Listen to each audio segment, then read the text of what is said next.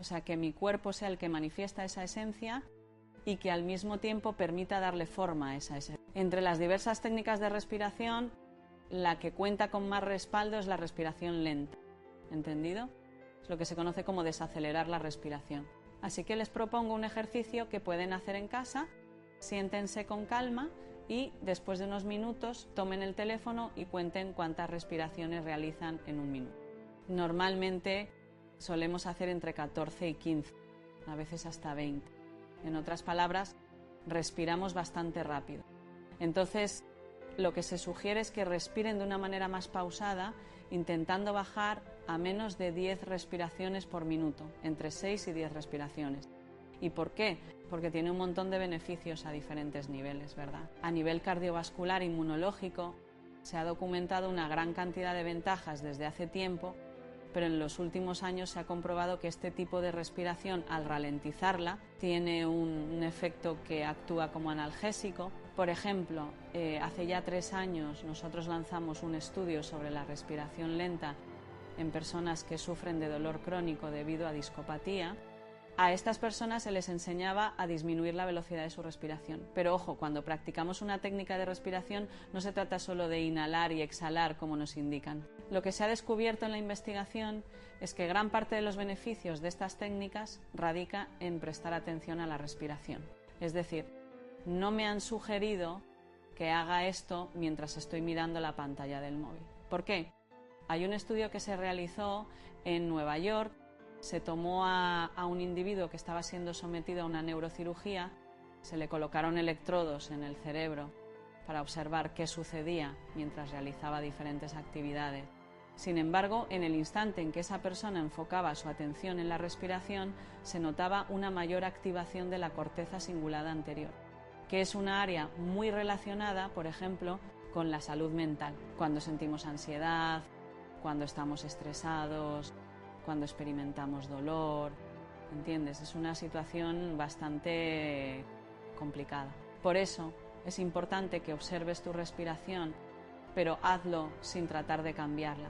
Aunque sé que al principio puede ser complicado, incluso la parte frontal de nuestro cerebro no nos ayuda, ¿me sigues? Esto podría dar lugar a una conversación interesante. Observa tu respiración como si no te importara lo que estás viendo, sin emitir juicios. A mí me encanta cuando hablamos de la contemplación. Mira como si estuvieras asomándote a la ventana. Observa, te has asomado al balcón de tu cuerpo, al balcón de tu respiración. Fíjate en tu respiración, pero mantente en esa observación. No se trata de analizar, ¿vale? Y no es una observación de qué mal está esto o esto no está bien. Es una observación equilibrada. Debe ser una observación muy cariñosa. Creo que en cualquier proceso de contemplación, al igual que en la meditación, si no hay dulzura, no se avanza. Hay un psiquiatra que me fascina, es uno de los pioneros en la humanización de la medicina, Bornia, quien dice: la ternura es hacernos entender que somos dignos de la vida que llevamos dentro. Qué hermoso, ¿verdad? La ternura nos ayuda a darnos cuenta de que merecemos la vida que nos acompaña. Así que si diriges esa mirada hacia ti misma con ternura, piensa en el mensaje que te estás enviando. ¿De acuerdo? Primero, te observas y prestas atención a tu respiración. La observas antes de hacer cualquier cambio, porque es importante conocerla, ¿no crees? Observa durante un rato, simplemente eso, ¿vale? Luego, poco a poco, vas a ir haciéndolo más despacio. Alarga un poco la inhalación, pero alarga mucho más la exhalación. Esto es lo que hacíamos en el experimento, ¿entiendes? Sé que hay muchas técnicas, pero yo comparto la que hemos medido, ¿ok? Inhalo contando hasta 3, pero no hagáis como algunos participantes del laboratorio. Inhalo contando hasta 3. Voy a exhalar contando hasta 6, pero siempre con mucho cariño, ¿de acuerdo? Con suavidad, ¿verdad? Con mucho cariño. Estaré un ratito aquí, me siento a gusto. Inhalo contando hasta 4. Exhalo contando hasta 8. Estoy bien, puedo subir a 5, 10, perfecto. Y así lo voy aumentando. 6, 12, hasta que lleguemos. Porque en realidad no es necesario llegar a ninguna meta hasta que logre que mi respiración sea cada vez más pausada, pero siempre prestándole atención. Bien, y observándola con qué tipo de mirada, con esa mirada de cariño. A mí me gusta mucho lo que dice Pablo Dors, ¿no? Cuando menciona ese instante en el que te vas a encontrar contigo mismo, ese momento de conexión, cómo quieres vivirlo, ¿no? cómo te acercas a ese ser que eres tú, ¿no? Entonces, ahí ya estás enviando un mensaje importante porque la forma en que te acercas a ti mismo, con qué amabilidad, activa ciertas áreas del cerebro y no otras, ¿vale? Así que sabemos que nuestra atención se va a desviar constantemente, porque es su función y lo entendemos. Entonces, te invitamos a que regreses. Estas distracciones forman parte del trayecto y a menudo confundimos el simple hecho de observar nuestra respiración con dejar la mente vacía, como si en ningún momento nuestra atención se hubiera desviado, ¿verdad? Eso hay que dejarlo de lado, ¿entendido? Una parte del aprendizaje consiste en darnos cuenta de cuántas veces nos hemos perdido, ¿cierto? Por eso es importante desacelerar, por ejemplo, cuando sentimos dolor, tomarnos un momento. Lo que dicen las investigaciones es que si dedicáramos 10 minutos al día a esto, experimentaríamos grandes beneficios para nuestra salud mental. Fíjate, en la actualidad la neurociencia nos revela que tenemos 7 sentidos y no solo 5. Mi sobrino Jorge, cuando estaba en la escuela y su profesora le mencionó los sentidos, ella dijo que eran 5. Él respondió: mi tía dice que son 7. Y la profesora le contestó: tu tía no se ha equivocado. Siempre hemos creído que existían 5 sentidos, que son los de la estereocepción, pero hoy en día pensamos que en realidad son 7, ¿verdad? El primero, y el que el cerebro considera más relevante, es la interocepción, que se refiere a la información que recibe mi cerebro de los órganos internos. Después está la propiocepción, que nos da datos sobre nuestro propio cuerpo, y luego ya vienen los demás sentidos. Así que la vista es uno de esos sentidos, sin duda, y es el que más memorias engañosas puede generar. Las memorias engañosas son algo realmente fascinante, ya que son mentiras que tú crees que son ciertas. Por ejemplo, imagina una situación que sea muy estresante, una de esas que se nota mucho, ¿no? Piensa en el clásico ejemplo que siempre se menciona: estás en una tienda y entra alguien a robar con un arma. Todos nos ponemos muy nerviosos, ¿cierto? En ese momento sentiríamos un miedo enorme. En esos momentos se libera una gran cantidad de cortisol en nuestro organismo y este cortisol afecta al hipocampo. Por eso no estoy recordando de manera adecuada lo que está ocurriendo. Así que cuando llega la policía y te pregunta: oye Rosario, cuéntanos qué has visto, cómo era la persona que entró, es posible que sin querer termines diciendo cosas que no son ciertas. Esto es relevante porque hay muchos estudios que advierten sobre la fiabilidad de los testigos en este tipo de situaciones, ¿verdad? Pero también es importante señalar que esto mismo puede pasar en casa, ¿no? Cuando nos ponemos muy ansiosos en medio de un conflicto o con algún compañero, la reacción es similar y así a veces decimos cosas que creemos que son completamente ciertas, pero no lo son. También es fundamental prestar atención a lo que percibimos a través de nuestros sentidos, ¿no? ¿Qué es lo que realmente está entrando por ello? Claro, aquí tienes el texto reformulado. Por ejemplo, hay unas investigaciones que hicimos con Camilo José Cela, el hijo, donde analizábamos qué sucede en el cerebro cuando observamos obras de arte que nos gustan o que no nos gustan. Así que cuando algo nos agrada, se activan ciertas áreas del cerebro, y cuando algo nos desagrada, se activan otras áreas que influyen en distintos estados emocionales y, por ende, en nuestra salud mental, ¿verdad? Esto siempre me ha parecido fundamental, ya que creo que no se nos enseña o no somos conscientes de la importancia de elegir lo que dejamos entrar por nuestros sentidos. ¿Por qué no hacemos más a menudo en nuestra vida el decir: a esto le cierro los ojos, ante esto me tapo los oídos, ¿no? Por ejemplo, no solemos reflexionar mucho o pienso que estamos expuestos a un exceso de imágenes muy negativas en los medios, ¿no? Claro, aquí tienes el texto reformulado. Por ejemplo, hay unas investigaciones que hicimos con Camilo José Cela, el hijo, donde analizábamos qué sucede en el cerebro cuando observamos obras de arte que nos gustan o que no nos gustan.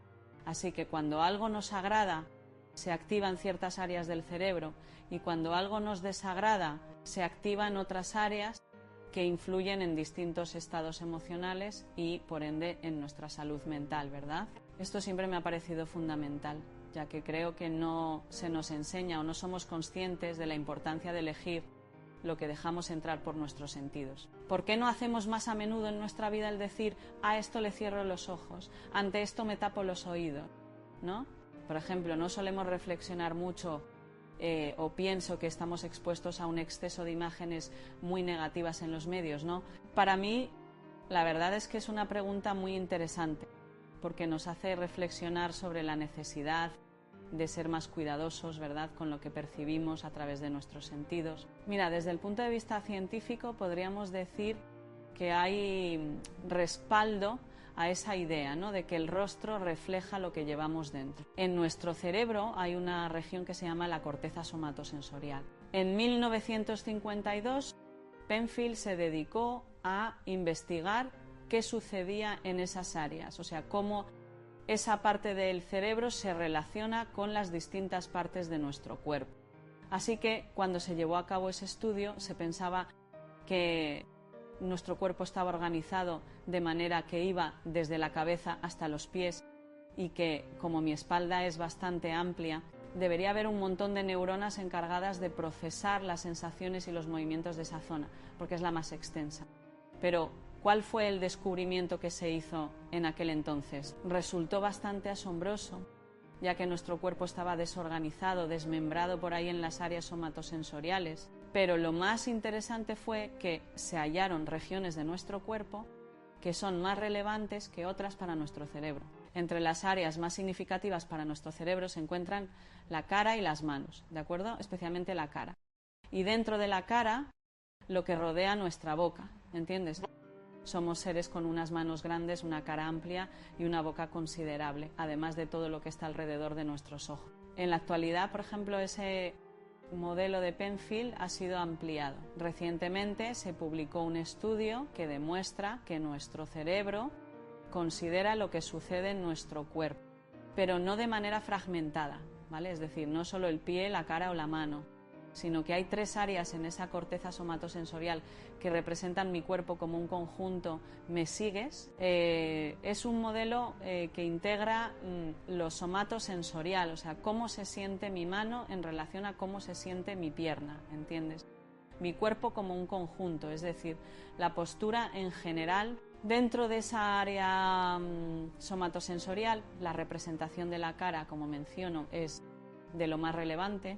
Ahora lo que sabíamos es que el cerebro tiene conocimiento de cómo está nuestra cara, pero el hecho de que el estado de la cara influya en el cerebro es algo que se ha descubierto recientemente. Lo que se ha encontrado es que el cerebro está analizando la expresión de mi cara para poder entender también cómo me siento. Esto tiene raíces casi en el siglo XIX, con William James y Merleau-Ponty, quienes fueron de los primeros en investigar la mente corporal, ¿verdad? Nuestro cerebro necesita del cuerpo para poder expresar conceptos tan abstractos como la tristeza. ¿Qué es lo que se está investigando en este momento? Claro, aquí tienes el texto reformulado. Es un proyecto muy bonito, ¿verdad? Lo menciono bastante porque me parece especialmente interesante y se trata de calmar la expresión facial, de ser más conscientes durante el día de cómo está nuestra expresión y cómo se siente. A veces, a lo largo del día, terminamos con una expresión así, algo que solemos hacer, sobre todo cuando estamos mirando el teléfono. Voy a relajar la expresión de mi rostro, a suavizar los músculos alrededor de mis ojos, ¿sabes? ¿Por qué? Porque esa conexión, esa información va en ambas direcciones hacia el cerebro, así que mi rostro refleja cómo me siento, ¿no? Si estoy triste, lo notarás en mi cara, aunque no diga nada, ¿cierto? Ahora, cómo está mi rostro también va a afectar ese estado emocional. En resumen, lo que hemos comentado es que la cara es el reflejo del alma, ¿no? Pero también podemos invertirlo, ¿vale? Que la cara sea lo que da forma y refleja también el alma, es decir, cómo una influye en la otra, ¿no? Así que, para mí, lo que realmente nos proponen estos estudios es que durante el día seamos más conscientes de cómo se siente nuestro cuerpo, que dirijamos nuestra atención hacia una mayor conexión con nuestra corporalidad. ¿Y esto para qué? Para intentar cambiar el rumbo de las cosas. A lo largo del día me doy cuenta de que es bastante normal que esté así. Intentar corregirlo, estaré así. Tratar de calmarlo, es decir, que mi cuerpo sea el que exprese esa esencia y que también me ayude a dar forma a lo que llevo dentro.